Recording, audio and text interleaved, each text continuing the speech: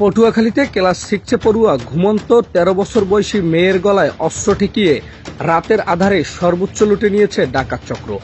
জানা গেছে, এমন লোমহর্ষক ঘটনা ঘটেছে পটুয়াখালী সদর উপজেলার 2 নং বদরপুর ইউনিয়নের শিয়ালি গ্রামের ফরাজি বাড়ির পাশে হানিফ মোল্লার ভাড়া বাড়িতে রাতের আধারে এই ঘটনা ঘটে। দুয়ারে সিটিনি আটকাইয়া পরে এই শোরুম খুঁজ যাইয়া এই শোরুম খুঁজতে না উঠতে পারিয়া দাঁড় দেখিয়া এইগুলো খুলে জাংলা হিয়া খুলছে, জাংলা খুললিয়া ঘরে উঠছে, ঘরে উঠিয়া ভিতরে দুয়ার খুলছে, দুয়ার খুললিয়া আর ঘরের মধ্যে মালা তালে পাইলে হেয়ে নিয়েছে, নিয়ে ওখানে ঘরের দুয়ার খুললিয়া সেই বাবার অর্ডার উঠছে, উঠতে একটা কুড়েল নামাইছে, কুড়েল নামাইয়া কইতেছে যদি কোনো কথা কও তাহলে দুনো মাই করে শেষ করে দিলাম। এই 2 লাখ টাকা হারলে, এই টাকা 2 লাখ লই গেছে।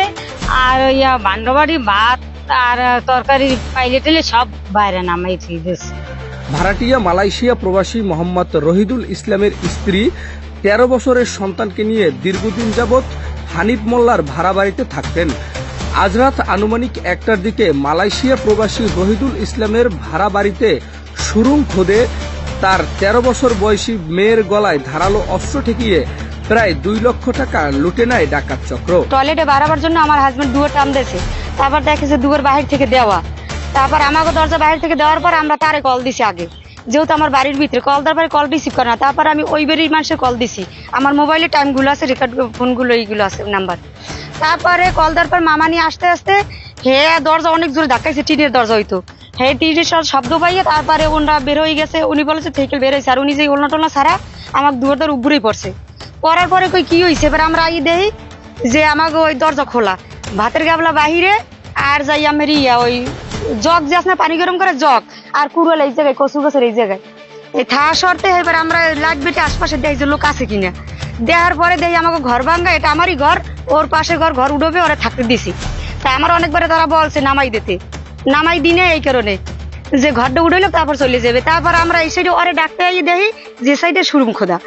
কাল রাতে আমি আমার মেয়ে নিয়ে এই ঘরটার মধ্যে আমি একা থাকি, আমার ছোট একটা মেয়ে নিয়ে, আমার 13 বছরের মেয়ে নিয়ে।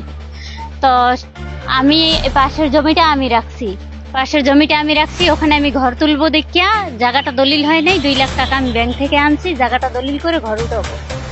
এই বেল্লাল ফরাজি আর দুলাল ফরাজি ও দুলাল ফরাজির স্ত্রী, এরা 3 জনে রাতে কাল 1টা বাজে আমার ঘরে ঢুকে সিংখোদে এই পাশে আমি ঘুমান্ত অবস্থায় ছিলাম, তখন তারা বেড়া কাটে, বেড়া থেকে উঠতে না পাইরে এই পাশে সিং করে, উঠতে না পাইরে পশ্চিম সাইডে জানালা ছুটাইয়ে তারপরে সামনের রুম দিয়ে ঢুকে আমার রুমে প্রবেশ করে। তারপরে মনে করেন বেল্লাল ফরাজি আর দুলাল ফরাজি এরা ধারানো অস্ত্র ধরে আমার সন্তানের উপরে, তারপর মনে করেন আমার ব্যাগ থেকে এই 2 লক্ষ টাকা মনে করেন রিসিপ্ট সহকার, মনে করেন ব্যাংক রিসিপ্ট সহকার তারা নিয়ে যায়। টাকা লুটে নেওয়ার সময় মালয়েশিয়া প্রবাসী রহিদুল ইসলামের স্ত্রী ডাকাত চক্রের কয়েকজনকে চিনতে সক্ষম হয়। তার মধ্যে রয়েছে একই বাড়ির মোহাম্মদ বেলাল ফরাজি ও মোহাম্মদ দুলাল ফরাজি নামের 2 ব্যক্তি। এ বিষয়ে মালয়েশিয়া প্রবাসীর স্ত্রী বলেন, আমি জায়গা জমির দলিল করার জন্য প্রায় 2 লক্ষ টাকা ব্যাংক থেকে গতকাল বিকেলে ছাড়িয়ে এনেছি। এই টাকার বিষয়ে বেলাল ফরাজি ও দুলাল ফরাজি জানতো, তাই রাতের আধারে তারা আমার ঘরে ঢুকে সর্বোচ্চ লুটে নিয়েছে। মোহাম্মদ আবু রায়হান, ডেস্ক রিপোর্ট, দৈনিক সংবাদ, পটুয়াখালী।